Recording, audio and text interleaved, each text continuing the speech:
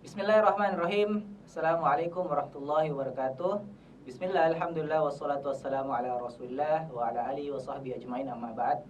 Ya, tadi kita telah mulai beberapa poin. Dan selanjutnya kita akan melanjutkan pembahasan kita tentang kebiasaan-kebiasaan di rumah. Kita akan bahas step by step. Yang pertama mungkin masalah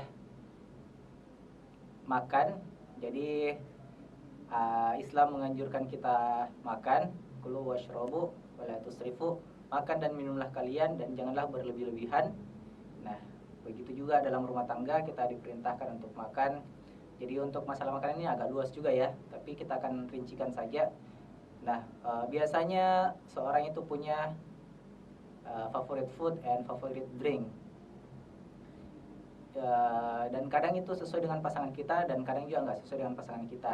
Tadi saya sudah bahas bahwa saya nggak suka ikan dan pasangan saya juga suka ikan, jadi ya tinggal mengerti ya. Untuk itu makanan itu kita harus mengetahui bahwa makanan itu adalah karunia dari Allah Subhanahu Wa Taala, rezeki dari Allah Subhanahu Wa Taala, dan sebagai seorang hamba kita harus bersyukur karena betapa banyak orang yang Allah lahirkan, yang Allah hidupkan di atas muka bumi ini, namun tidak dapat makan seperti gimana kita makan, kita minum, mereka nggak mendapatkan itu. Maka sebagai seorang hamba yang taat kepada Allah, kita harus bersyukur kepadanya atas nikmat makanan yang Allah berikan kepada kita. Itu hal pertama. Dan kita juga harus sadar bahwa makanan ini berkhidmat kepada kita untuk kita semakin taat kepada Allah Subhanahu Wa Taala. Jadi misalkan nih minuman ini, Bismillah, menjadi perantara, dia berkhidmat kepada saya untuk semakin taat kepada Allah Subhanahu Wa Taala. Contoh gini, saya minum karena agak haus, tenggorokan kering.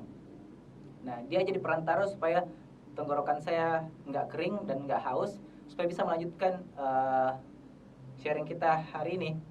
Nah, seperti itu. Jadi semua makanan dan minuman yang Allah titipkan kepada kita itu menjadi perantara supaya kita semakin taat kepada Allah Subhanahu Wa Taala. Dan bisa jadi nanti di akhirat dia akan menjadi saksi atas kehidupan kita. Ya Allah, saya dimakan untuk melakukan dosa kepadamu ya Allah. Alhamdulillah. Ya Allah, benar ya Allah, dia makan dari saya, kemudian dia taat beribadah. Masya Allah, luar biasa kan? Makanya kita harus tahu bahwa makanan ini bukan hanya sekedar makanan, tapi kita berpikir makanan adalah wasilah kita semakin taat kepada Allah Subhanahu Wa Taala. Itu yang harus kita pahami. Kemudian harus juga kita sadari bahwa yang terlibat dalam prosesi kita makan harus mendapatkan surga di sisi Allah Subhanahu Wa Taala atau mendapatkan hidayah. Nah, kita berpikir bahwa makanan ini, misalkan beras ya, beras ini dari petani, kemudian sebelumnya itu ada dari bibitnya. Kita berdoa semoga yang punya pabrik ini dan karyawannya semuanya masuk Islam dan masuk surga. Satu. Kemudian yang antar ke toko bibit semua dapat hidayah dan masuk surga. Kemudian yang jual juga semoga dapat hidayah dan masuk surga. Kemudian petani juga yang menanam semoga dapat hidayah dan masuk surga. Kemudian yang panen semoga dapat hidayah dan masuk surga. Kemudian yang pabrik padi jadi beras semoga dapat hidayah dan masuk surga. Kemudian yang antar ke pasar semoga dapat hidayah dan masuk surga. Juga yang jualan di pasar semoga dapat hidayah dan masuk surga.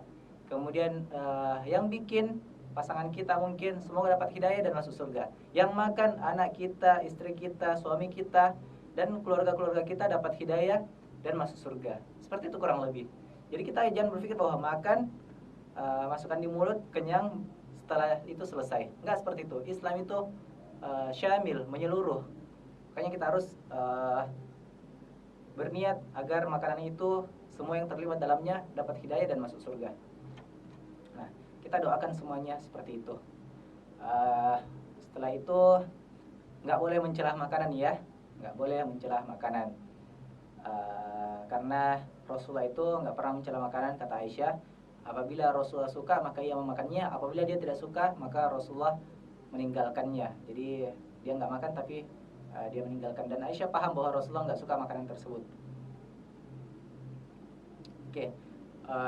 Juga apabila kita kurang sedap, kita bisa makan tapi kita kurang serat, Maka ada hadis yang sangat romantis dari Rasulullah, ketika Rasulullah hanya dihidangkan oleh istrinya garam sebagai lauknya, maka Rasulullah bersabda, sebaik-baik lauk adalah garam. Masya Allah. Ini sebenarnya sih nyinggung tapi romantis. Kita menghargai istri kita, bahwa ya kalau misalkan nih kita nggak seret sama, kurang seret sama sayur kangkungnya misalkan ya. Nah, kita jangan mengeluh, sayur kangkungnya kurang roikonya, kurang masakonya. Nah, kita bilang sebaik-baik sayur adalah sayur kangkung walaupun roikonya kurang. Kita ngomong seperti itu aja, gak apa-apa. Karena salah satu hal yang dibolehkan berdusta yaitu kepada pasangan kita dengan niat menggombal ya, dengan niat menggombal. Jadi bukan niat berdusta, saya baik-baik aja di luar ternyata punya selingkuhan contohnya, itu nggak boleh. Tapi niat menggombal aja. Misalkan kita, ya bahas sedikit nggak apa-apa ya, di luar makanan. Misalkan kita bilang istri kita atau suami kita cantik atau ganteng, walaupun dia nggak cantik dan ganteng, tapi nggak apa-apa, kita gombalin dia, kita berbohong demi menggombal dia untuk mendapatkan ridha Allah Subhanahu Wa Taala. Seperti itu kurang lebih. Jadi boleh berbohong untuk niat menggombal. Nah, contoh tadi seperti itu, nggak boleh mencela makanan. Kalau nggak suka ditinggalkan, kalau suka dimakan. Dan jangan lupa memuji masakan istri, ya, masakan suaminya kalau suaminya yang masak, seperti itu. Kemudian hadis yang diriwayatkan oleh Ibnu Abbas radhiyallahu anhu, sepupu Rasulullah, bahwa kuntu gulam ma'an Nabi sallallahu alaihi wasallam fi hijri Nabi sallallahu alaihi wasallam. Waktu Ibnu Abbas masih anak-anak, dia itu berada dalam asuhan Rasulullah. Kata Rasulullah, ya gulam, kul biyaminik wa kul mimma yalik. Makanlah dengan tangan kananmu. Jadi ini tuntunan kita untuk makan dengan menggunakan tangan kanan ya. Wa kul mimma yalik, dan makanlah apa yang terdekat darimu. Jangan tangan kita manjang gini untuk makanan. Padahal menunya sama, asalkan menunya sama ya. Jadi misalkan ini juga ya yang sering ya, misalkan kita habis makan kan, tangan kita agak kotor kalau kita nggak pakai sendok ya, tapi sunahnya pakai sendok, pakai tangan. Misalkan tangan kita agak kotor, banyak nasi atau sayur atau sambal-sambal. Nah, biasanya kita minumnya pakai tangan kiri karena tangan kanan kita kotor. Nah, sebaiknya pakai tangan kanan aja, karena ini gelasnya pengen dicuci atau pengen dibuang. Gak apa-apa tangan kita kotor, kita minum bismillah. Menggunakan tangan kanan, walaupun tangan kanan kita kotor, gampang bisa dibersihkan dulu, jangan pakai tangan kiri. Karena sesungguhnya karena syaitan ya'kulu wa yashrabu bishimali, karena sesungguhnya syaitan itu makan dan minum dengan tangan kirinya. Maka jangan sampai kita makan dan minum pakai tangan kiri. Kotor tangan kita, tetap aja pakai tangan kanan. Atau cuci dulu, terus kita minum lagi. Gak ada masalah. Jangan kita mengikuti syaitan. Wala tattabi khutuwati syaitan. Dan janganlah kalian mengikuti langkah-langkahnya syaitan. Nah, seperti itu kurang lebih. Kemudian ya, makan dan minum. Masya Allah, saya hampir lupa. Makan dan minum itu membaca doa. Ya, doa menunggu makanan, Allahumma barik lana fima razaqtana wa qina adzabannar, diriwayatkan dengan riwayat yang dhaif. Jadi hadis ini dhaif. Doa makan yang benar adalah bismillah. Bismillah. Jadi cukup menggunakan membaca basmalah. Adapun tadi yang sering kita baca di Indonesia, Allahumma barik lana, itu doanya doa menunggu makanan, tapi itu pun diriwayatkan dengan riwayat yang dhaif. Teman-teman yang mau pakai juga nggak ada masalah insyaallah, tapi perlu saya tekankan bahwa riwayatnya dhaif dan tidak salah insyaallah. Kemudian ini juga penting ya, makannya itu berjamaah dan kalau bisa sepiring berdua, penting. Kenapa seperti itu? Karena dianjurkan dalam Islam. Kemudian pernah nggak kita berpikir kenapa saat kita waktu kecil ya, kita kalau jatuh selalu bilang mah atau mak, atau saat kita dikejar anjing kita bilang mama, mah, ibu, bunda. Nah, kenapa seperti itu? Ternyata saya nggak tahu ini riwayat atau penjelasan ulama atau penjelasan pakar psikolog, saya nggak tahu, tapi saya pernah mendapatkan riwayatnya bahwa ini disebabkan karena kedekatan kita kepada ibu saat kita makan. Jadi kita biasanya kan makan, disuap sama ibu, kita juga makan nih, ibunya juga makan. Nah, biasanya akan terbangun hubungan emosional yang baik antara anak dan ibu. Coba sekarang, kalau jatuh masih lagi nggak panggil bunda, umi, ibu? Masih? Biasanya nggak ya, karena udah dewasa dan sudah makan sendiri-sendiri. Nah, menciptakan kerinduan dan keromantisan antara keluarga ketika kita makan sepiring berdua.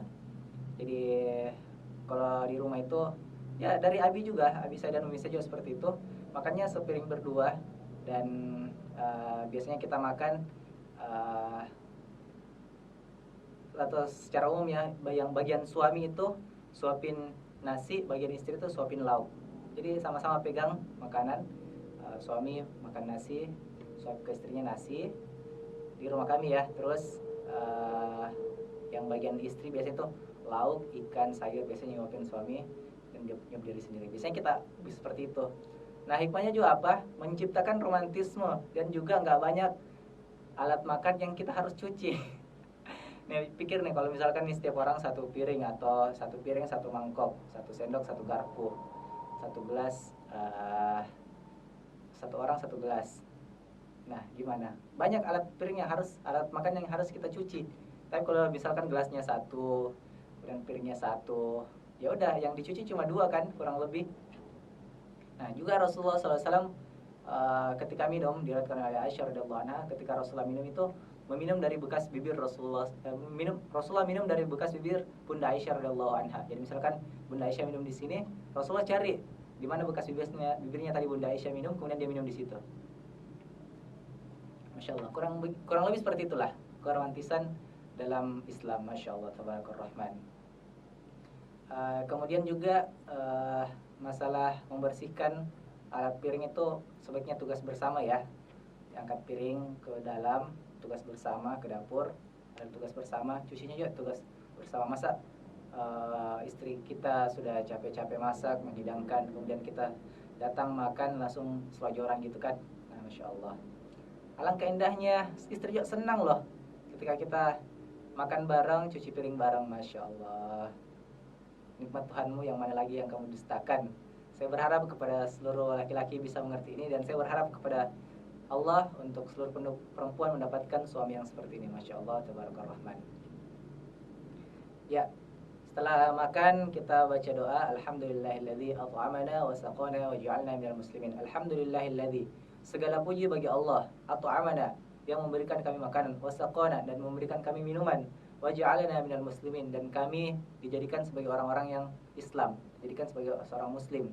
Atau doa lain ketika orang memberikan kita makanan, misalkan ya ada tetangga yang ngasih kita makanan, ibu ini ada sayur bu, ada sop bu, ada soto, ini ada sedikit untuk orang rumah. Nah, kita setelah makan kita doakan yang punya, Allahumma at'im man at'amana wasqi man saqana. Ya Allah, berilah makan orang yang memberi kami makan, wasqi man saqana, dan berilah minuman orang yang memberi kami minuman. Nah, ini adalah hadis yang diriwayatkan oleh Rasulullah, dan Masya Allah, Islam itu sangat romantis, sangat indah, sangat menghargai orang lain. Masya Allah, tabarakallah rahman. Masih ada lagi? Iya, untuk perabot rumah tangga juga jangan terlalu banyak ya. Semua akan dihisap oleh Allah Subhanahu wa taala. Secukupnya saja, jangan sampai mengoleksi semua panci-panci, teflon-teflon, wajan-wajan, jangan semua dikoleksi. Kalau misalkan cukup dengan 1, 2, 3 sudah cukup, jangan dikoleksi semua. Gelas juga seperti itu, jangan sampai sudah punya model ini mau lagi model itu. Terus juga rantang atau tupperware, jangan mau dikoleksi semua. Secukupnya saja yang kita butuhkan di masa kini ataupun masa mendatang. Jangan sampai nanti hisapnya tinggi di sisi Allah dan pertanggungjawabannya susah. Apalagi saya pernah mendengarkan riwayat bahwa barang yang tidak digunakan dalam 40 hari maka akan dihisap. Nah, waliyadzubillah, semoga bisa menjadi pedoman buat teman-teman semuanya. Barakallahu fikum.